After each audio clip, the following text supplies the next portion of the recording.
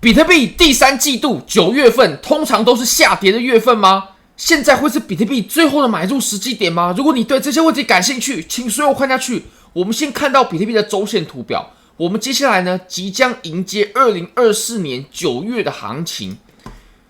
我们可以稍微复盘一下。我认为在比特币周期性这么明显的标的，我们最应该重视的呢，其实是周期，它绝对要远大于技术分析，还有消息面等等的。我们可以发现，2024年9月，那比特币的周期呢是4年一轮啊，所以我们要来观察一下，我们在2020年9月、2016年9月，还有2012年9月这些时间点呢，当时我们比特币的背景、行情啊、周期是在什么样的位置？那我们可以观察一下啊，其实我们在2020年的9月啊，当时其实我还是有一些印象的啊。你可以看到，我们当时呢是在经历了一段的很长的震荡过后呢，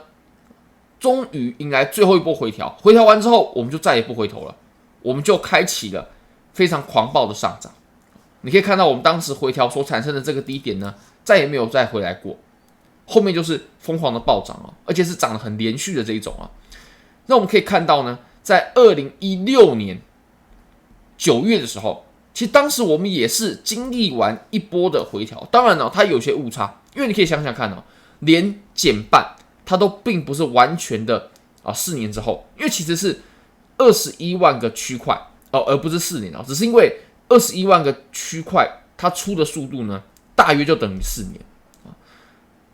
当时我们在2016年9月呢，其实我们也是刚经历了一波很大的回调。那当然回调最后的点位呢，它就再也没有回来过了这个位置就是从此再也没有回来连熊市呢也回不来大家可能会认为当时的回调并不是很大但其实你被图表骗了，因为第一，这个图表是取过对数的；第二，这个图表它的后来的涨幅很夸张你可以去仔细观察一下当时的跌幅光在这里就有40个百分点你可以想想看如果说我们从7万跌了40%，那我们只剩下4万2大概就是这样的概念如果说对比成现在的价位的话，那我们可以再更看到很久很久之前在2012年的9月份当时我们的行情是在什么样的阶段呢？其实当时我们在这个位置大约在这个位置我们那个时候也是经历了一波回调。那么当然回调过后的这个点位呢，我们就再也没有再回来过了。那后面的上涨就是非常的连续而且顺畅的。一样大家也不要被这个对数还有比特币的涨幅给蒙蔽了。当时的下跌光针尖到针尖呢，就是50个百分点就是腰斩等于说从7万呢直接跌到3万5这种概念所以我认为我们比特币当前呢也在走非常类似的市场的阶段。当然它会有些误差，或许我们这个低点呢，我们会要再延后一段时间，或许3个月、4个月，不清楚。但是我们现在就在这样的市场阶段的，而且呢，我们这轮牛市，它其实从周期上来说呢，依然是符合我们在过往每轮牛市它所走的规律。或许我们在这轮牛市刚开始的时候，我们会认为它好像是快了一些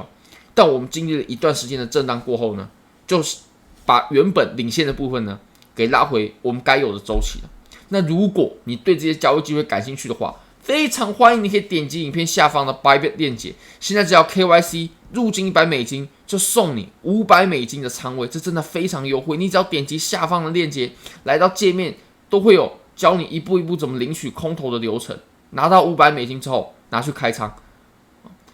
你赢了你可以把钱直接给提币走。那如果亏损也没有关系，因为这本来就是赠送的仓位。我们再来看到比特币的小级别的盘面，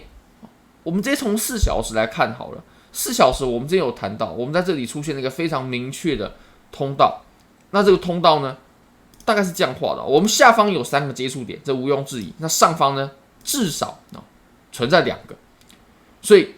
我们上下都超过2个，各2个，所以这个通道呢，我认为是有效的。那当然了，这个通道它其实不是把一段上涨的趋势给包围在里面的，它其实是把一段回调震荡的走势给包围在里面的。我们可以看到其实下方如果说我们要明确的画出这条线的话，其实最好的方式呢是透过射线，因为射线就没有任何含糊的空间了。首先呢，我们先点开射线，然后呢，我们再把磁铁给打开啊，等于说我们是把针尖的位置给连在一起。那你可以看到底破了没？其实一连就知道它肯定是破了啊，因为我们把这个最大的这个最宽容的角度给连接出来呢，它依然是跌破了。不过我们要注意，现在是假日，它没有爆破，这很正常啊。但如果说如果说我们会发生爆破的话，那一定是在周一，一定是在平日的时候进行的。那现在来看呢，它是有出现一些量能的，然后多头呢完全没有进行反击然后我们也创出了这段下跌以来的新低。那接下来我们要注意的就是前面这个低点有没有被破，还有我们这个互换呢有没有被明确的跌破，这才是关键。那如果说跌破的话，我相信我们很快就会来测试到54000的位置，甚至我认为呢，我们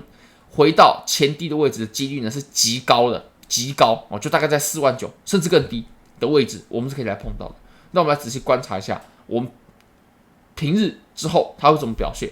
量能有没有放大 ，K 线走的连不连续 ，K 线的长度长不长，这都是我们要观察的重点。那最后呢，我们再来看到比特币过往每个月的回报率，其实这个我们之前有谈到过在1到12月，我们在过去的10多年的统计当中呢，其实比特币回报率最差的一个月呢，其实就是9月。当然我不认为这个参考价值有到非常非常高，但我们可以去了解一下，透过这个统计去了解一下市场。我们可以看到呢，我们在9月基本上它上涨的月份就是上涨的年份就是非常非常少，只有3个是这12个月里面最少的。再来就是即使上涨，你可以看它的上涨幅度也不大那当然它是以月线的收盘开盘去做计算的，这可以给大家一个小的参考。那我们再来看一下，如果以季度作为周期来统计呢？我们都知道嘛，一个季度3个月。如果我们看比特币过往这11、12年的时间呢，有2级市场以来你可以看到，其实第3季度它的表现呢，往往也是比较差的。你可以看到，我们在前面的这些年份里面呢，基本上在2季度、4季度它都有非常夸张的涨幅。那其实1季度表现也稍微差了一点点，但是3季度绝对是最差的。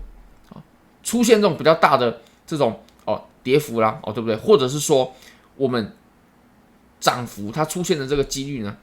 从过往来看统计上来看它是比较小的所以我们从季度上来看月份来看我们都可以发现这样的状况当然它的参考价值没有到非常非常高，但是我们还是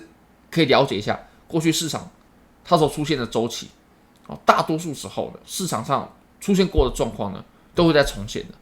但不会简单的相似。好，非常感谢各位。如果你觉得这支影片对你有帮助的话，非常欢迎你可以帮我的影片点赞、订阅、分享、开启小铃铛，就是对我最大的支持。真的非常非常感谢各位，拜拜。